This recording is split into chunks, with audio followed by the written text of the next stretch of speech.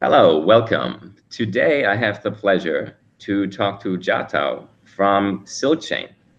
SilkChain will be launching an ICO for their new purposefully made blockchain for international trade.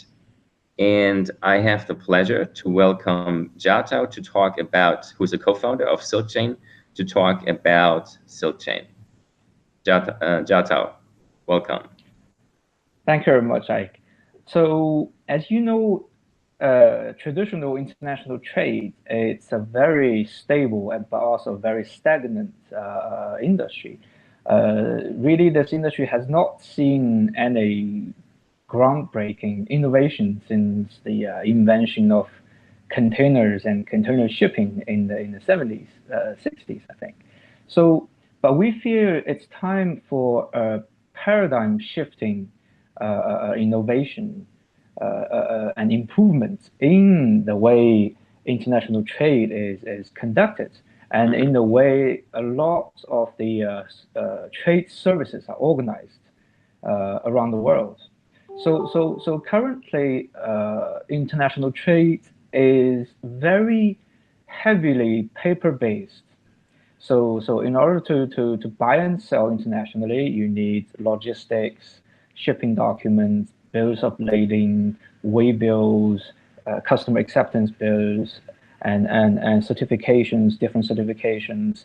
And on top of that, if you want financing, you need to provide all of this and also credit history and your trading records.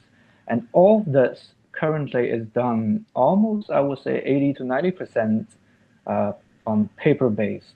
Uh, and this has tremendous overhead costs and cost in terms of time and compliance uh, uh, and security breaches. So we're thinking a lot of this can be moved if we can move a lot of this on the blockchain technology, we can not only improve the security and the efficiency, but we can fundamentally provide a different kind of a trading experience, and we can drastically lower the compliance and the overhead of international trade, and this will effectively allow more uh, traders, medium and small sized traders, to participate in international trade. So that's Mhm. why we are trying to create this new blockchain for this purpose. Okay. All right. Yes. Okay. So that seems very interesting. That I didn't know that Mhm. still 80 to 90% of international trade documents were paper based. So it seems Mhm. that there is a lot of potential for more efficiency, and blockchain might be one way to Yes. achieve that, increase in efficiency. Yes. Okay. So great. Could you tell me how you came into this? How you came into international trade yourself as Mhm. co-founder of SilkChain, and how you then Mhm. decided to make a startup, the startup SilkChain. Right. So my family, well, I'm Chinese. Mm. My family is all Chinese, and my family business is in international trade, the most traditional old school international trade. So large warehouses, huge containers and shipping and long shipping period. Mm-hmm. And I've joined this company. Our company is one of the biggest trading companies on the coast of China, and we do a lot of trading services. So Mm-hmm. we do trade financing, we do logistics services, Mm-hmm. we also operate online B2B platforms, Mm-hmm. and and we do a lot of customs clearance Mm-hmm. and tax rebates. Mm-hmm. So this is what we do. This is what we're good at. And Mm-hmm. we understand that a lot of companies, well, a number of companies, particularly IBM and I think a couple companies out of London and the US are researching into the application of blockchain in the field of international trade. But we think we are coming from the industry side. So we've been doing this import and export and taxes and customs for decades now. And we know exactly where the biggest bottlenecks, the biggest hassles are. And now we have this opportunity to improve and to fundamentally change a lot of the aspects of how international trade is being done these days. So if I would So, say, mhm, summarize it, there are already other people, big companies that are researching how blockchain technology can revolutionize the way international trade is being done. And that's correct. you come, as your family has a big international trade business, you have seen how this works in practice. So you know what the pain points are exactly. And that's why you Hmm. are probably in a very good position to Hmm. implement this technology in practice. Hmm. And what I've noticed, what we've noticed is a lot of times we've read through a few white papers on few projects on blockchain-based international trade-related projects. A lot of times they are concentrating on one or two specific aspects of international trade. For Hmm. example, I think one company is concentrating on uh, supply chain management, and particularly for jewelry and precious cargo trading, and Hmm. some companies are focusing on port services. So so these are, of course, these are all very important, but these are just aspects, pieces of the whole process, which is a very complex process that is international trade, from factory to to export ports, to ships, to import ports, and then to buyer's warehouse. So this whole chain, there is nobody doing uh, trying to solve this. There's nobody working on the solution that can cater to the entire supply chain, should we say? So Hmm. that's what we want to do. Of course, we are not going to do everything ourselves, right? But what we want is to create the foundations, the silk chain, the foundation on which people can contribute, people can create their own trade services and create their own service that can improve and even innovate on based on current trade models. Okay, all right. So I think what's clear is that there is a need for innovation in international trade, that Hmm. there are already a lot of people working on it, such Hmm. as big companies researching it, such as Hmm. some startups doing Hmm. things about this, but there's nobody that is doing it from a practical point of view and implementation, and that is focusing, like you, on generating a platform and not just having one specific sector, as you mentioned. Yes. So I Hmm. understand the purpose. I understand why you're well positioned to tackle this problem. So tell me, who is the founding team besides you? What is your role, first of all, in the project? Hmm. And who are the other Hmm. team members that are doing this with you?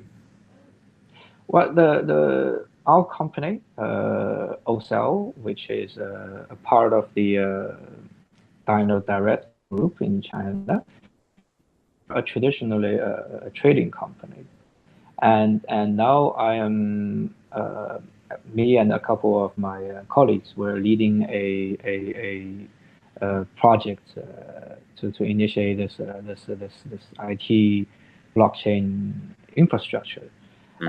And as you mentioned, because we are trying, this is not just a parochial, it's by nature it's international. So we are trying to make it as international as possible, and we're trying to attract the right investors, of course, but also the right partners who has the drive and the ability to make this a reality. So that's why we've set up a sort of organization to oversee the creation and the management of the Silk Chain. It will be well, it's already been set up. It's a Singapore-based organization uh, into which we are trying to attract. So we are the founder and the founding member, the first founding member of this organization. But we're Mm-hmm. also trying to attract into this organization our large trading partners, and also, but more importantly, trade services companies.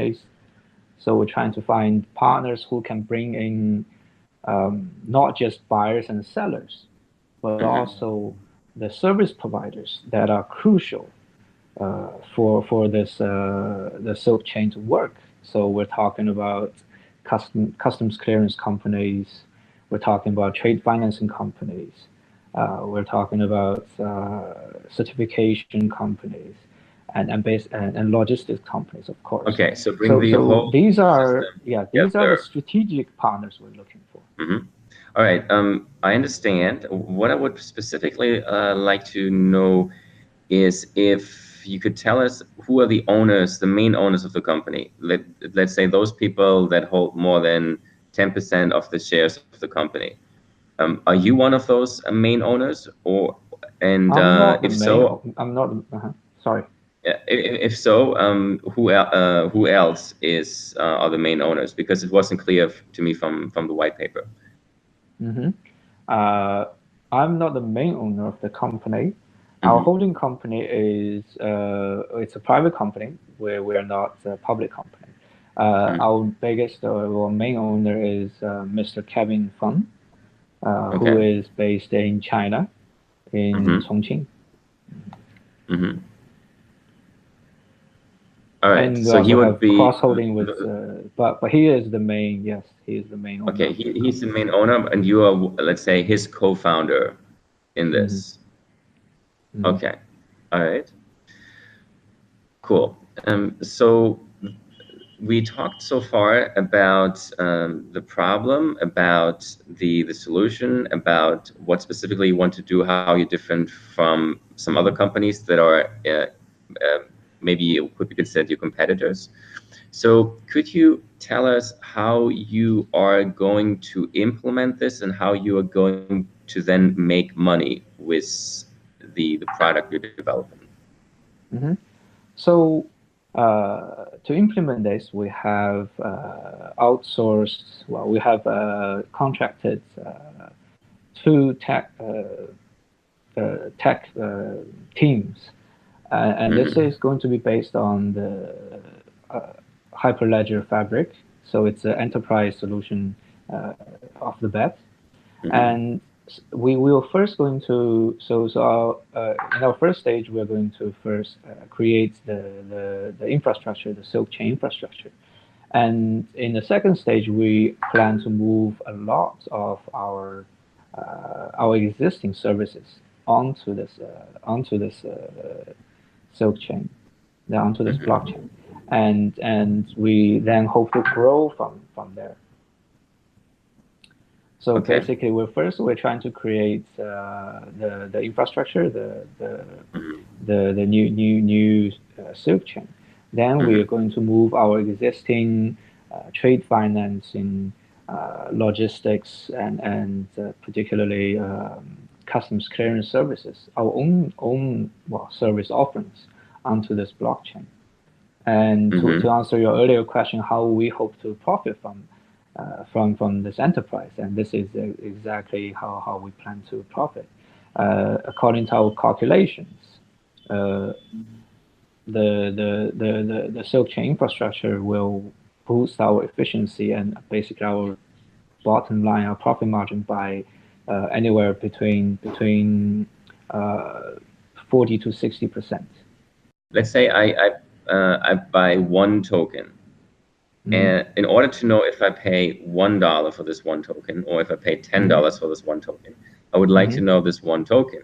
Would it give Mm-hmm. me the potential to have a trade financing of 10,000 or of 10 million, and for what time frame? So I'd like to know the quantity of service I'm getting, because if I don't know how much in terms of tokens a service is going to cost, then I don't know how much one token would be worth. Because a token means utility. If I don't know how the utility is going to cost, I don't know how much I'm going to pay for this one token. Yes. So initially, it would buy you $1 of service, $1 of service. Okay. One token means $1 of service. Okay, cool. So I think a lot of investors would be interested in this opportunity. So could you tell us, from your point of view, what is the biggest opportunity in investors, and why should investors invest? All right. Okay. So this is the crucial question. The short answer is we obviously have soft caps and hard cap in place. So after each round of fundraising, we'll have a soft cap for each round of financing.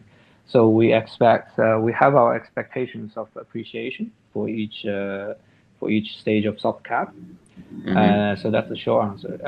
In the long term, that as I mentioned, because this is for international trade, so the volume we're expecting the liquidity to be quite high. So the average contract in our current business is around 30,000 to millions of dollars. So we expect the liquidity to be quickly ramped up. Okay, understood. And what is the legal structure of the ICO? Do you have a foundation in Singapore, or how does it work? Yes. So we have a foundation in Singapore, overseen by our Singaporean organization. That's basically the base out of which we'll operate the fundraising stage, and also the development and the eventual implementation of our trade services on the SilkChain. Obviously, having a base out of Singapore has two main important benefits. One is it has a very friendly policies towards cryptocurrencies and blockchain technology. The other is obviously Singapore is it's not one of it's the biggest trading port in Asia. I would say most of our business, 80-90% of our business, run out of containers. Oh, really? Wow. Yeah, Singapore. So yes, so a lot of our partners, financing partners, logistics partners are based in Singapore. So that's basically Singapore is basically like the watering hole of our future partners and future clients, basically. Yeah. Okay. All right. So currently you are at a stage, I would say a pre-ICO stage. Do you already are people already able to invest? Yes. I think the latest tally is about seven and a half thousand Ethereum so far. 7 to 8 thousand Ethereum so far. Oh, wow. Okay, that's good. And if at this stage, do you provide any discounts for investors who want to invest early? Yes. So currently, for this round, for the pre-ICO round, we're offering it at over 50% discount. So currently the unit price. Let me just quickly check because everything is in RMB. So it's about 2.5 US dollar cents. Okay. And for the people investing in at the pre-ICO stage, do you have any lockup periods? Yes. For meaning a restriction on selling? Okay. Yes, Could that's you tell us correct. about that? So it's between 3 to 6 months, depending on the size of the commitments, obviously. Okay. Okay, understood. And do you have any minimum commitments in order to be able to get a good discount? We are aiming at, well, we had the minimum commitment size of 1 million US dollars. But so far we've seen nobody's gone there. We haven't seen any investors below that minimum. So it hasn't been tested. The minimum, yeah, the minimum floor. Okay. So finally, as there have been a lot of projects which have just taken the money and then haven't done anything, do you have any way to ensure investors that their investment in SilkChain is safe? We have a guarantee for as far as the the offering, the tokens will be offered to a online exchange to be listed on the online exchange. So we have a money back guarantee. If we fail to list the tokens by a set date. Okay, so 100% money back guarantee or what? Yes, yes. Okay.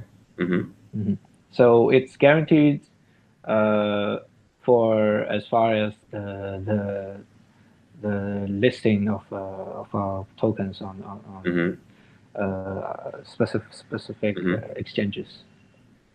Now, personally, I have invested in startups, and as a startup investor, I would always specify certain clauses to protect me as an investor. And one of those clauses is a salary cap, that the founders of the project are invested in the company by one, or not being able to pay themselves an enormous amount of salary, and two, having a vesting period so that if they leave the company, they have to give back the shares.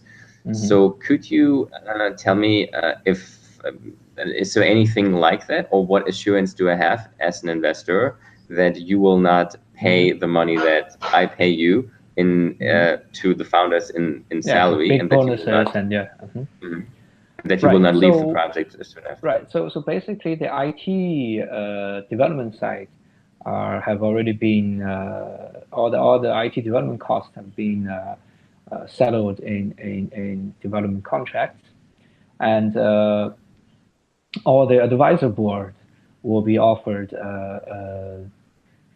more or less token salary. And the teams behind including myself, so we have our salaries from our current company, so we have our salaries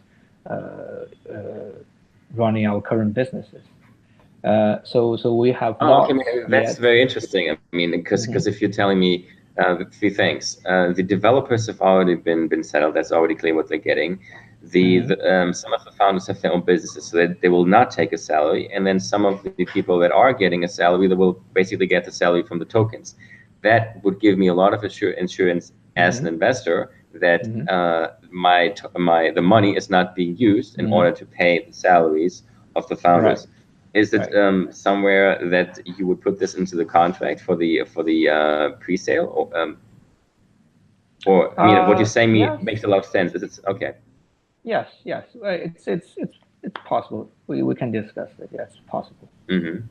All right. Yeah, because this is nothing. There's nothing confidential about this. Yeah. Okay. So personally, me and we are hoping to profit mainly from the increase in our the profits of our existing businesses. So we have our trade financing business and logistics business, and if we are successful in creating this platform, we, as I mentioned, we see anywhere from 40 to 60% increase in profits just from the efficiency gains. So that's not counting any new services we can provide. Okay, cool. All right. this was very interesting to talk to you. Could you Thank you for the opportunity. tell Yes. me and could you tell the investors finally in 2 to 3 minutes why this is one of the best opportunities in the ICO space and why they should invest as soon as possible? Right. In Obviously, this is personally colored. Hmm. I think our project is based on something that's tangible and based on something that's traditionally proven. So we're not making anything new here, but we're making a, a tool that can help the traditional trading business to become more efficient and to become more profitable. So we're not making a new project. We're not embarking on innovations of technology or innovations in almost any ways. So our innovation is in the application of this new technology, and really we are not really innovating in any way in our blockchain technology. So we're using existing Hyperledger Fabric, existing enterprise solutions, just to adapt it for our international trading business Hmm. requirements. So so at least this project doesn't have the can we do it? Can we is it the feasibility question, right? Hmm. So there's nothing really groundbreakingly new here. What's new is we're trying to apply this new technology to improve the existing, I would say, fairly profitable business. The business so far, the trading international trade business so far is profitable, is precisely because of its barriers to entry, right? There are many barriers to entry. There's if a normal person, if not a non-trader wishes to go into international trade, he doesn't know how to book a container. He doesn't know how to clear customs, declare customs, and he doesn't know how to fill out bills of lading. And so these are all barriers to trade in the international trading platform.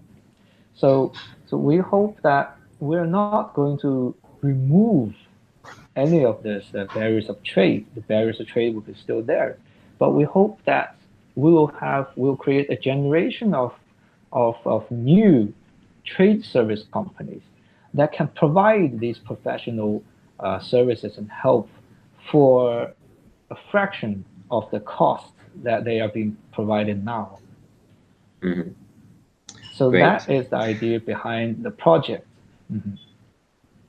So there great, is no question of the profitability of this project because it's already a international trade services is already very profitable. So we're just trying to make it more accessible and faster and leaner and cleaner in many ways. great. Jiatao, thank you so much. It was very interesting to talk to you, and I Thank really you very much. think there is a great Mhm. opportunity here for investors Excellent, to excellent. invest.